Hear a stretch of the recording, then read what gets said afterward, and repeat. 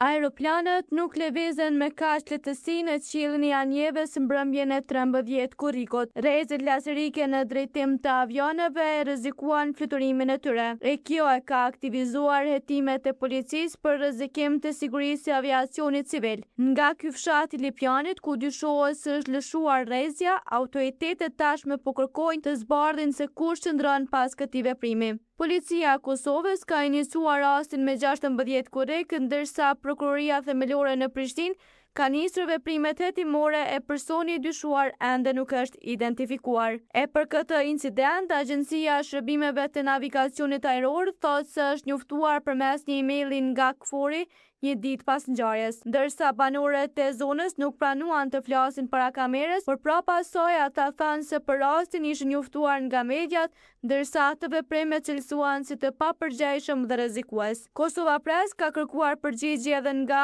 Autoriteti i Aviacionit Civil dhe Aeroporti Ndërkombëtar i Prishtinës Adem Jashari, por deri në përfundim të këtij raportimi nuk ka marrë përgjigje.